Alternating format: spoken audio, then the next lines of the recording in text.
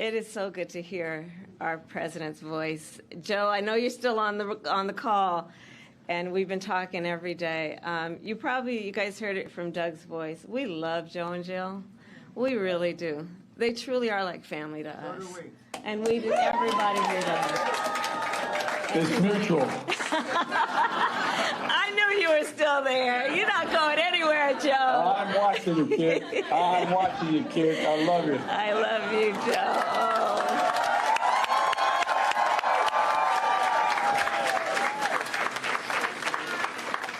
So, Joe, I'm going to recognize some of the electeds who are here, and then I'm going to get back to you. Hold on a second. So let me please, acknowledge some extraordinary national leaders who are also dear friends, both to the president and to me. Governor John Carney, where are you? There you are. And his wife, they are here. Senator Tom Carper, my former colleague, and his wife is here. Chris Coons, my dear friend. Attorney General Kathy Jennings. The mayor is here. Przicki, where are you? There. And the next United States Senator from the great state of Delaware is here, Lisa.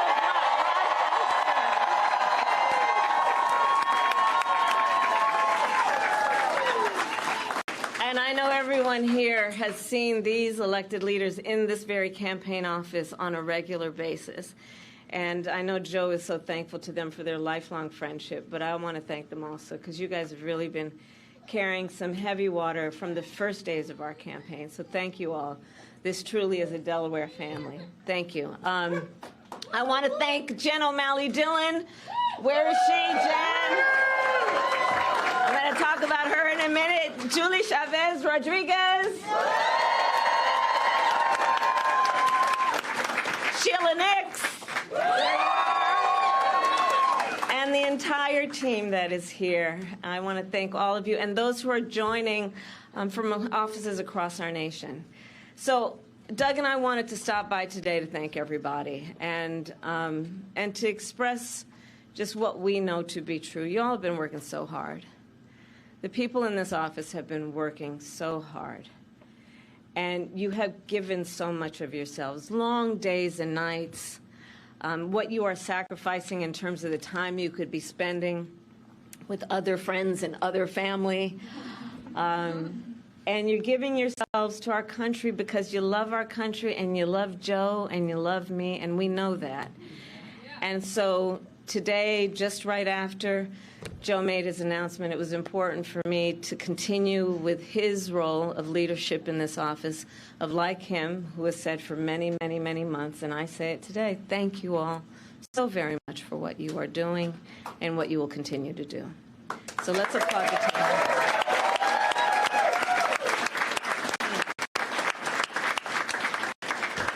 And I know it's been a roller coaster, and we're all filled with so many mixed emotions about this. I just have to say, I love Joe Biden. I love Joe Biden, and I know we all do, and we have so many darn good reasons for loving Joe Biden. And I have full faith that this team will be the reason we win in November. You all who are here. And as Julie always says, and I will quote the great Julie, we are one team, one fight. One team, one fight. And she's been an extraordinary campaign manager. She's going to continue in this role and see us to victory in November. And we are all here because we love our country, right? And we believe in our foundational principles.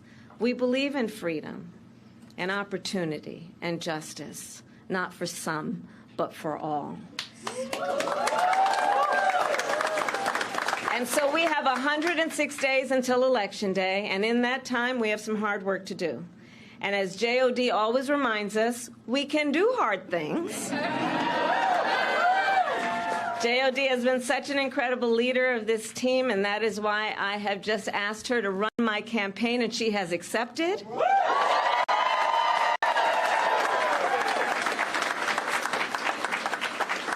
And so over the next 106 days, we are going to take our case to the American people, and we are going to win. We are going to win.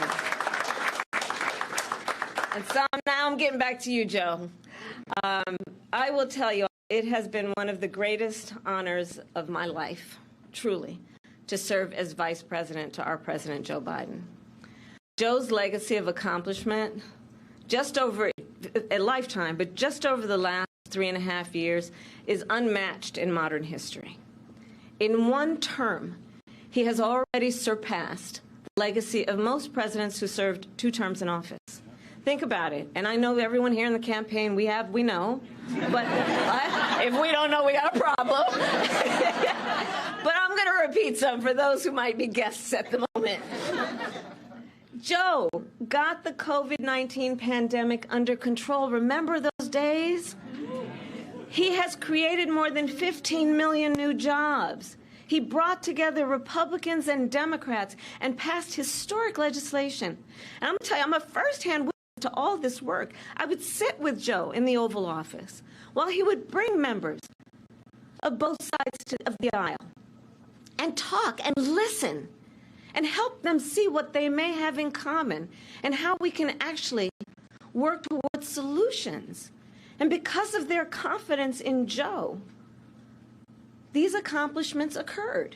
Joe has stood up for democracy at home, and he has stood up for democracy abroad, and he has always stood up for what he believes is right. And many of you may know, I first came to know Joe through his son, Beau. Beau and I worked together as state attorneys general. And back then, Beau would often tell me stories about his dad. And he would talk about the kind of father and the kind of man that Joe Biden is. And he would talk about the qualities of his father. And the qualities that Beau revered the most are the same qualities that I see every day in our president. His honesty, his integrity, his commitment to his faith and his family, his big, big heart, and his deep love of our country. And I don't need to tell you all, you know Joe's background, right? I mean, he grew up in a middle-class family in Scranton, and he has never forgotten where he comes from. And so, again, I am a first-hand witness from being with him in the Oval Office to the Situation Room and seeing him on the global stage with world leaders.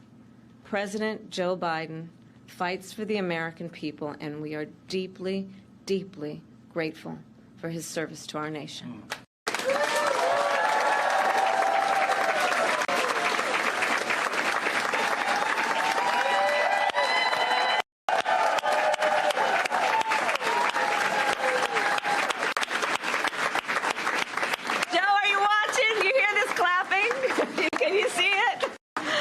I'm watching. I'm watching.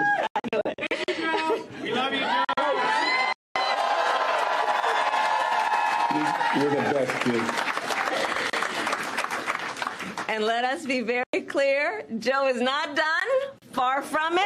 He knows there is still more work to do, and our nation will continue to praise his bold and visionary leadership as president. Thank you, Joe. Thank you. And it is my great honor to have Joe's endorsement in this race. You sure do.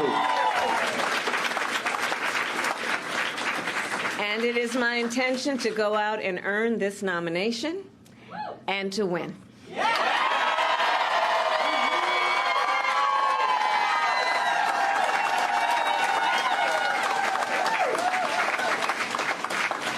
So in the days and weeks ahead, I, together with you, will do everything in my power to unite our Democratic Party, to unite our nation, and to win this election. You know, as many of you know, before I was elected as Vice President, before I was elected as United States Senator, I was the elected Attorney General, as I've mentioned, of California, and before that I was a courtroom prosecutor. In those roles, I took on perpetrators of all kinds.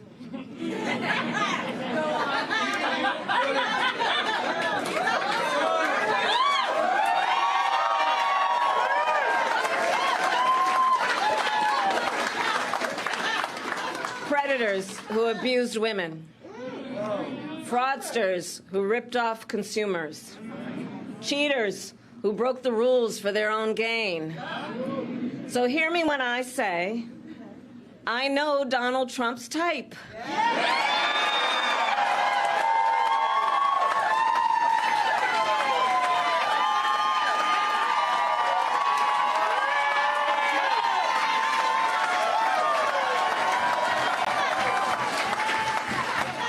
And in this campaign, I will proudly put my record against his.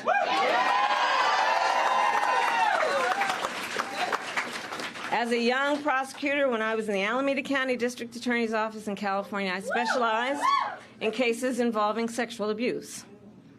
Donald Trump was found liable by a jury for committing sexual abuse.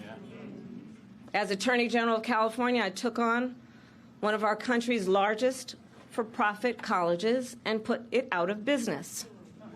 Donald Trump ran a for-profit college, Trump University, that was forced to pay $25 million to the students it scammed.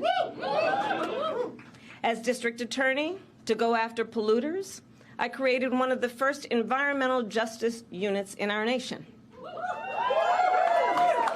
Donald Trump stood in Mar-a-Lago and told big oil lobbyists he would do their bidding for a $1 billion campaign contribution.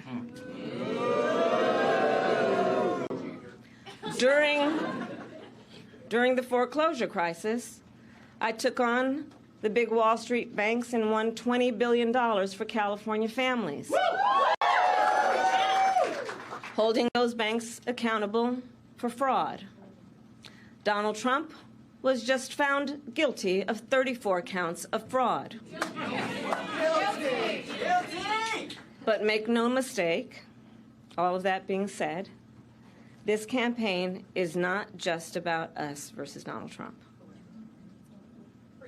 There is more to this campaign than that.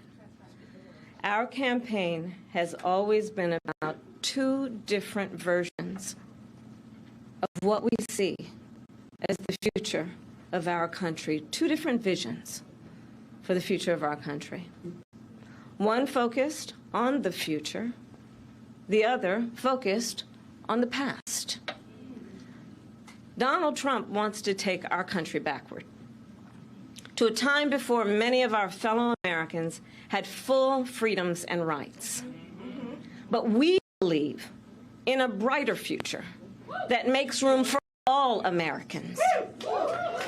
We believe in a future where every person has the opportunity not just to get by, but to get ahead. That's right. We believe in a future where no child has to grow up in poverty, where every person can buy a home, start a family, and build wealth. And where every person has access to paid family leave and affordable child care. That's the future we see.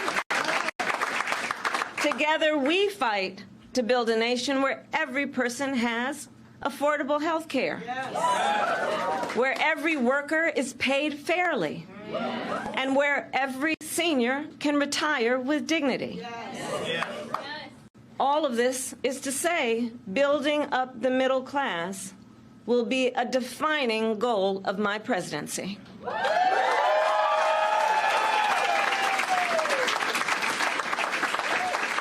Because we here know when our middle class is strong, America is strong. That's right. And we know that's not the future Donald Trump is fighting for. He and his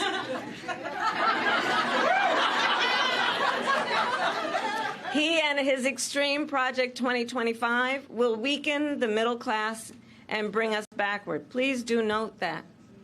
Back to the failed trickle-down policies that gave huge tax breaks to billionaires and big corporations and made working families pay the cost. Back to policies that put Social Security and Medicare on the chopping block. Back to policies that treat health care as only a privilege for the wealthy instead of what we all know it should be, which is a right for every American. Right. America has tried these economic policies before. They do not lead to prosperity. They lead to inequity and economic injustice. And we are not going back. We are not going back.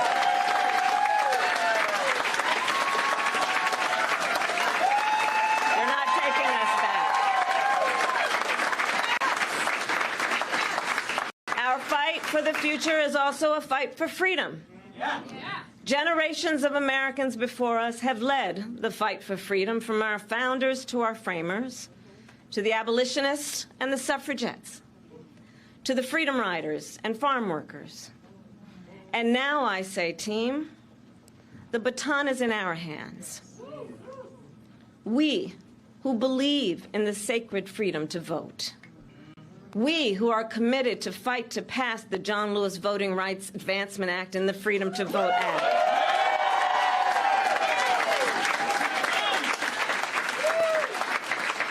we who believe in the freedom to live safe from gun violence, and that's why we will work to pass universal background checks, red flag laws, and an assault weapons ban.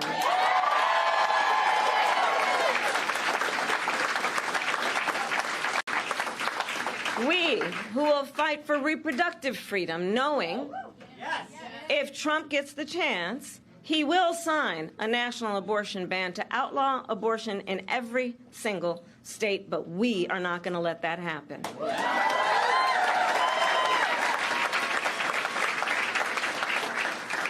It is this team here that is going to help in this November to elect a majority of members of the United States Congress who agree the government should not be telling a woman what to do with her body.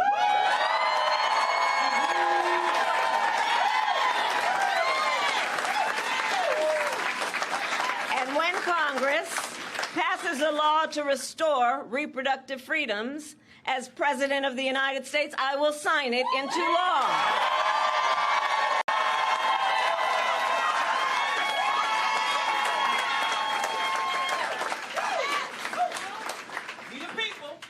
Indeed, we the people. So ultimately, to all the friends here, I say, in this election, we know we each face a question: what kind of country do we want to live in? A country of freedom, compassion, and rule of law? Yes! Or a country of chaos, fear, and hate? No! You all are here because you, as leaders, know we each, including our neighbors and our friends and our family, we each, as Americans, have the power to answer that question. That's the beauty of it, the power of the people. We each have the ability to answer that question. So in the next 106 days, we have work to do. We have doors to knock on, we have people to talk to, we have phone calls to make, and we have an election to win. So, are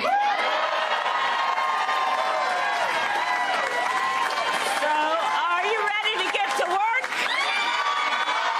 Do we believe in freedom? Do we believe in opportunity? Do we believe in the promise of America? And are we willing to fight for it? And when we fight, we win. God bless you all, and God bless the United States of America and Joe Biden.